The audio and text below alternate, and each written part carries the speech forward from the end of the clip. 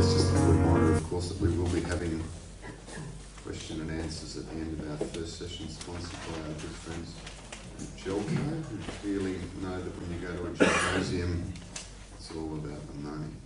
6 million merits. 6 million merits. Merits. Oh, that's it. I'll explain later. You could bring it up as a question, because obviously we do very well with questions in the room. That'll be a statement. A man who doesn't need any introduction, I'm sure, to most of you. The EV charging ecosystems, please welcome Clive Attwater from Electric Highway Tasmania.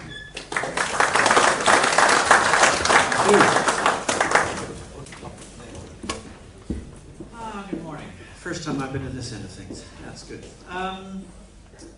The title there, or the affiliation there, is Electric Highway Tasmania, and I'm just going to start with a brief introduction to that. About 2 years ago, we formed a Electric Highway Working Group. This was shortly after the Tasmanian branch was launched, and we got together a bunch of people we thought would have an interest in electric vehicle charging in the state, which included ourselves, AEVA, Hydro Tasmania, Tas Networks, RACT, and the 3 regional development authorities that cover the north, northwest, and south of the state. To just look at what do we think we need, and we started off, I mean, we were looking at level 2 low-powered AC stuff and thinking, hey, we could do this quick and cheap, and then thinking through a little harder and saying, well, is that really what we need? Is that really the job? I had the good fortune to do a tour of European charge networks in the beginning of 2016. That certainly shook up some of our thinking too. And we came up with a plan about the middle of last year, which we were reasonably settled on. But we also looked at the state of the car market and said, you know, from any kind of a practical point of view, this is really too early. The cars aren't there, and they're not going to be there for a little while. And if you wanted to make this even quasi-commercial, you're probably a year or two ahead of the curve. So we weren't at that point in a hurry. But what we did do is put a big emphasis on, what would I call it, convenience, or charging stations that already existed, trying to get dots in a map on PlugShare. And we did a big push on hotels and cafes and caravan parks and getting Tesla chargers in a 15 amp power point alongside, so that we could cover the state quickly with that quick and dirty, cheap version that Bryce has referred to. So we got some coverage up in the meantime, but we didn't think that we would push too hard at that point for a fast charge network. We had to go to grant beginning of this year. That didn't succeed. If it had, it would have been 11 fast chargers around the state. To do that, we formed a company. We needed to have some entity to run this thing. We formed a company. We raised over $500,000 in investment funds, and we had that committed. We didn't get the matching money from the state government, but we then, after we found out in late September, sat down and said, okay, let's do this anyway, but we need to do it at a different pace and with less funds. So we're still in the process of doing that. We're committed to doing that. We think we're going to get our first chargers in next year, and we hope to have the Bass Highway, or from Burnie to Hobart, covered within 18 months to 2 years. That's our timeline. So some of the stuff that I'm presenting arises from the thinking that went into all that process. I would make the point that we try to think through how things will be in the long run.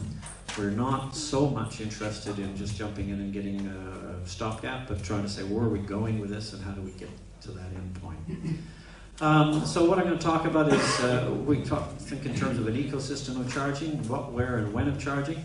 We think it's going to be a mix of provision, not a single solution, and I think that Bryce's talk set that up pretty clearly. How one bit of the system develops will affect how other parts of the system develop, and I think that's something that we need to keep in mind. And so, lastly, it's a developing situation. I mean, the announcement of some standards, which we never had, you know, that's going to make life easier and cheaper, which may make the whole process a bit quicker. But the reality is, we don't know how some of those things will develop, so there's going to be a fair bit of speculation, and I fully acknowledge this. And I will also say that probably most of what I say is my informed opinion, hopefully. So take it as that, not as gospel, and don't blame anybody else for it. Learning from overseas. The first lesson about learning from overseas is it can be terribly misleading. What we see overseas is overseas was in the early days of EVs, many of the governments in Europe, particularly in California and other places, were keen to promote electric vehicles, and they saw free charging as an incentive, and they offered it as that, and they subsidized it heavily for that. But in fact, it distorts behavior. Hobart City Council has a free charger in their car park. I charge there every time I go there. I almost never need to. But it's the first car park in the parking lot, and it's always empty. Why wouldn't I? And if you park there and you don't charge, people don't like it. So it's distorting my behavior to have a free charger there. And what we see in Europe... Beg your pardon? Have it at the end of the car park. That would be one solution, but probably wouldn't be popular with the EV drivers. So there you go. Can't win. The point being that what we see in some of those European and other North American situations, and Europe, doesn't represent what we think will be the long-term situation. The initial EV fleet in Europe and North America was pretty short range. Lots of iMEVs and Leafs and stuff with about 120, 140 kilometer range. Much relatively greater need for public charging and charging more often. A high proportion of homes in Europe and Asia particularly don't have private off-street parking. Public charging is far more important for them, or more significant. I found in some European countries, people said, look, we can't put a home charger in because we've got limited power supply to the homes. Just the local grid and the wiring systems there weren't up to it. And we also found that early adopter sites were often provided by businesses to differentiate themselves. Bryce raised a question about attract traffic. And what you find, particularly in North America, the elite health food stores all have a charger. Look, that's not success. Success is when McDonald's has got a charger. Okay, when everybody and anybody thinks, oh, charger, that's normal. Okay, so we can't just take those as how we want to see it or expect to see it here. Some of the things we have seen, fast charging is often used to charge just enough to complete the journey. Now that's not true for everybody. Some people will always charge to 80%. Just wait till the car tells them it's full. But I think as drivers get more sophisticated, and when those charge stations are fully commercial and charge the full cost of providing that service, and the price is high, people will say, ooh, I'll have enough, but no more, thank you. And they will leave when it's full. Extensive fast charge networks seem to suppress the development of destination chargers. Estonia has 148 sites in this area, 2/3 the size of Tasmania, DC fast chargers. They had them almost before they had their cars. There's very few destination chargers in Estonia. People don't see the need. Commercial pricing tends to reduce the use of public charging, pretty obvious. Where both fast and slow charging are offered, the Norwegians tell us, if for a fee, the fast charging tends to be most often preferred. But it does depend on the relative price. Slow chargers are cheap and therefore can be provided at a lower cost. And of course, some people provide them for free as an incentive to attract business. Fast chargers may not be commercially viable without queuing at peak periods, something that people like to, oh, we've got to have enough chargers, you can't have queues. But the reality is to do that's very expensive, or you're expensive in terms of the cost of provision, and if you're going to make it commercial, then very high cost recovery for the power. There could be ways of having peak charging prices and stuff to help manage demand, but it's likely that we expect to see some queuing at times. Not regularly, but busy periods. The Australian context, we think private charging, and I have a bit of definitional issue about how we describe some of these things. Private charging includes both home and work. That is to say, you can't just rock up as a public person and plug in. Okay, there's some sort of hurdle. It would also include hotels, which I would regard as home away from home. All right, I regard that as private charging. It includes both home and work. We think private charging will dominate, partly because we were late adopters of EVs. Most of the EVs we see on the road will be longer range, partly because they're more practical for the larger distances between towns in Australia compared to, say, Europe and Asia, and because the batteries will be cheap enough by the time they become widespread, so that most people have quite a long range in their vehicle. They can charge at home, and then they won't need to charge so often in public. Larger car batteries also mean more discretion with timing. You can charge when you want to. I mean, if you've got a Tesla and you do a 40-kilometer daily commute, you can charge once a week, just about, depending on your other leisure journeys. Charging at base will meet the need except for longer journeys. I think we can see proportions of charging at home, and I'm taking my broad definition of home, as 75 to 90% of the charging demand. The next highest is probably going to be at work, which is also still regarded, in my view, as private charging. And I think that could be quite big if we get grid-linked incentives. Rob Manson talked a bit about this yesterday. Paul touched on it.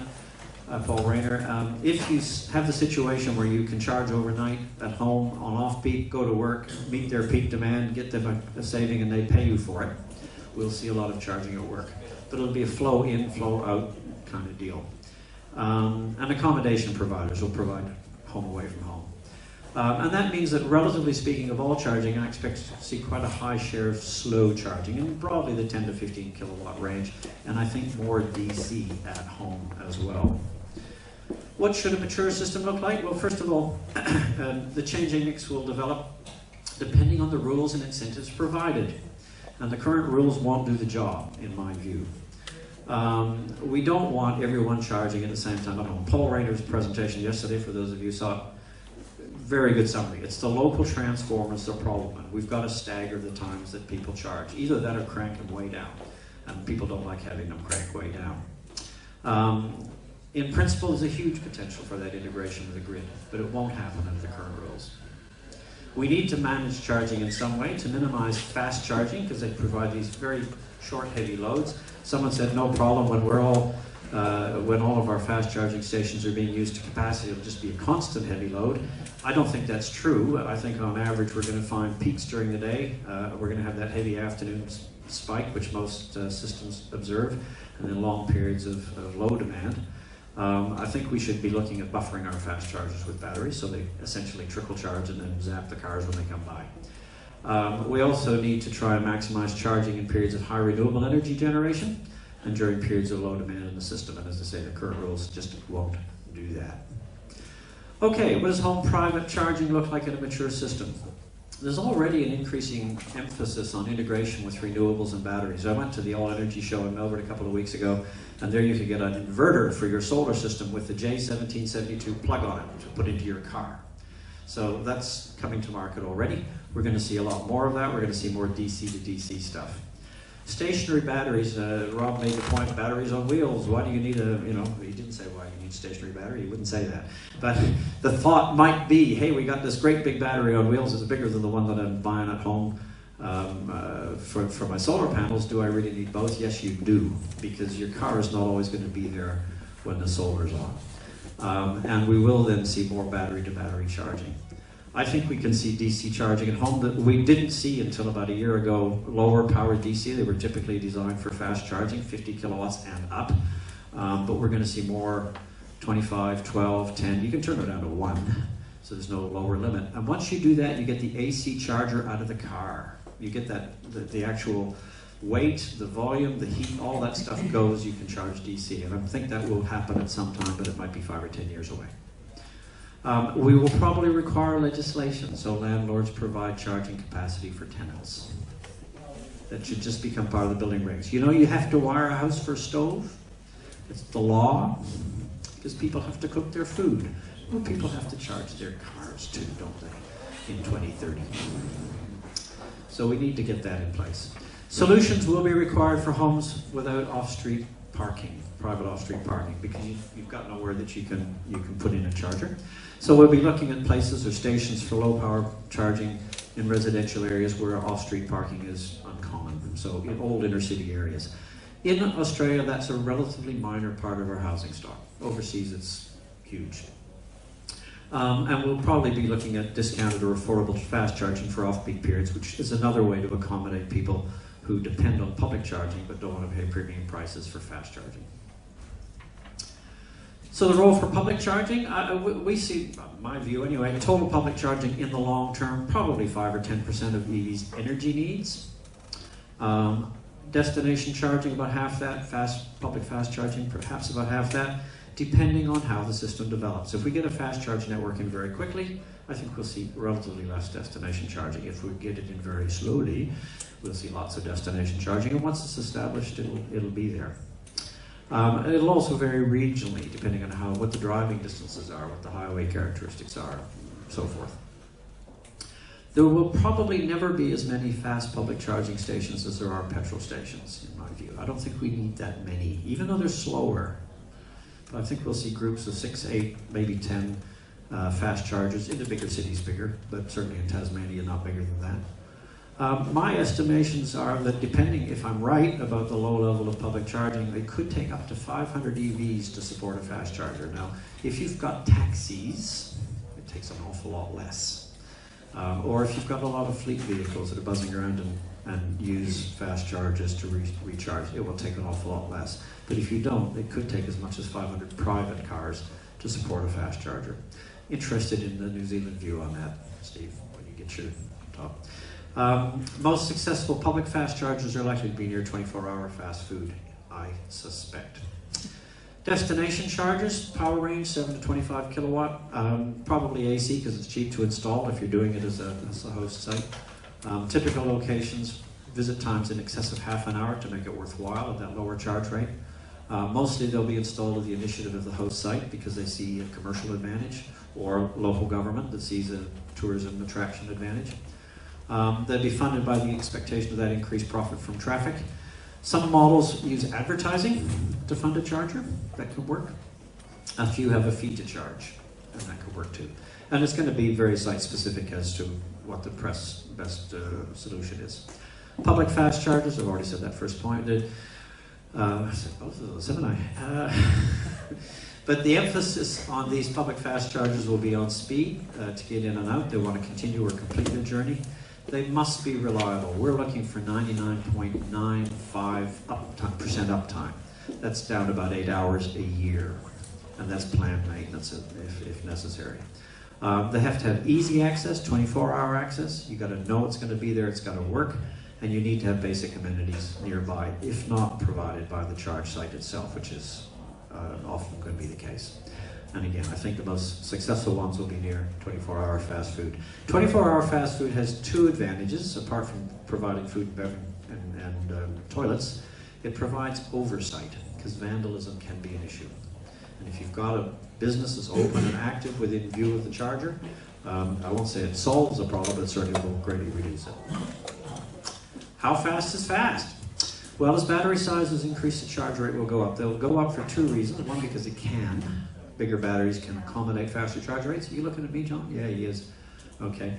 And secondly, because it must. Otherwise, charging is going to take too long if you've got a big battery. Even when batteries are cheap, we're likely to see 75 to 120 kilowatt hours as typical battery sizes, which give you highway ranges of 2-3 hours of driving at highway speeds comfortably.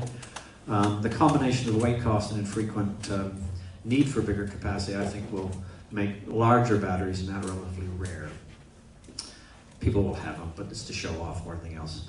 I also think there'll be a class of urban vehicles. People will start marketing vehicles like the Leaf as an urban vehicle, and once people get used to electric cars and recognize that that's a valuable car to have as a second car particularly, or for people whose principal lifestyle allows that, that will be common as well. So that will affect the character of the chargers and charging conditions that people look for. So I expect to see public fast chargers be in a range of 50 to 200 kilowatts. Higher power chargers will exist, but I think they'll be relatively uncommon, just because there won't be enough cars to require it. Some really speculative stuff. If autonomous vehicles become widespread, we're going to see, I think, a lot more wireless charging, possibly at lower power levels, because they're not so much in a hurry if they've got the time to do it at their discretion. Also, automatic ID of the vehicle, that's already available through CCS2. You can plug in, it knows your car, it's already registered in the system, and walk away. No RFID cards, no credit cards, no apps, nothing. Plug in and walk away, and it will send you a bill at the end of the month. Quick thing, that's our map, that's our initial rollout that we're looking at for Tasmania, and in the long run it might, no, not the long run, the next stage might look something more like that. We'll be there.